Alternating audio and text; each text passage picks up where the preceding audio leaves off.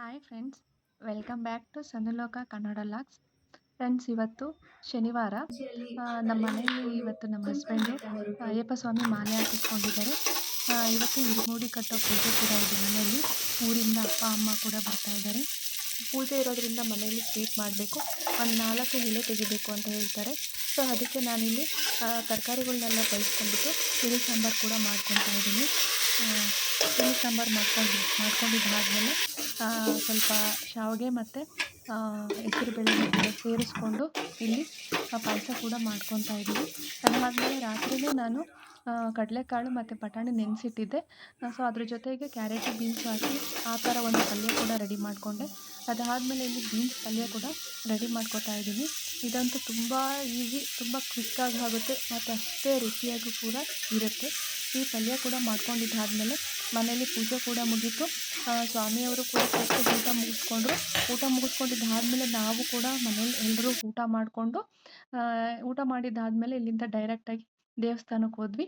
ಅಲ್ಲಿ ಇರುಮುಡಿ ಕಟ್ಟೋ ಪೂಜೆ ಇತ್ತಲ್ವಾ, ಸೊ ಹಾಗಾಗಿ ಎಲ್ಲರೂ ದೇವಸ್ಥಾನಕ್ಕೆ ಹೋದ್ವಿ.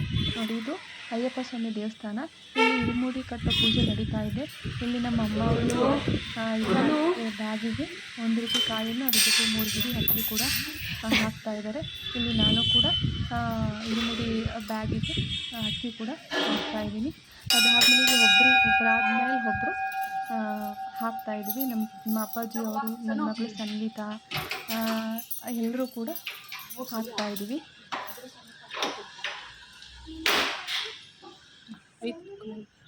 ತಗೋ ಅಲ್ಲಿ ಅದು ತಗೋ, ಸ್ವಲ್ಪ ತಗೋಬೇಕು, ಸ್ವಲ್ಪ. ಹಾಂ ಹಾಕು. ಇನ್ನೆರಡು ಸಲ ಸ್ವಲ್ಪ ತಗೋ.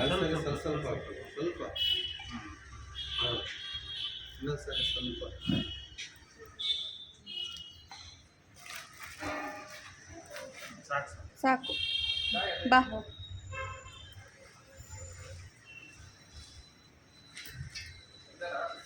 ಇಲ್ಲಿ ಅಯ್ಯಪ್ಪ ಸ್ವಾಮಿ ದೇವಸ್ಥಾನ ಅಂತೂ ತುಂಬ ಚೆನ್ನಾಗಿದೆ. ಶಬರಿಮಲೆಯಲ್ಲಿರುವಂಥ ಅಯ್ಯಪ್ಪ ಸ್ವಾಮಿ ಏನು ಟೆಂಪಲ್ ಇದೆ ಅದೇ ಮಾಡಲ್ ಬಳಸ್ಕೊಂಡು ಇಲ್ಲೂ ಕೂಡ ಮಾಡಿದ್ದಾರಂತೆ. ಯಾಕೆಂದರೆ ಅಲ್ಲಿ ಹೋಗಿ ದರ್ಶನ ಪಡೆದಿರೋರು ಹೇಳ್ತಾರಲ್ವ, ಸೊ ಈ ದೇವಸ್ಥಾನವೂ ಕೂಡ ಅದೇ ಮಾಡಲಲ್ಲೇ ಮಾಡಿದ್ದಾರೆ. ತುಂಬ ಚೆನ್ನಾಗಿದೆ ದೇವಸ್ಥಾನ. ನೋಡಿ, ಇಲ್ಲಿ ಕಾಣ್ತಿದೆಯಲ್ಲ, ಇದು ಅಯ್ಯಪ್ಪ ಸ್ವಾಮಿಯವರ ಗರ್ಭಗುಡಿ.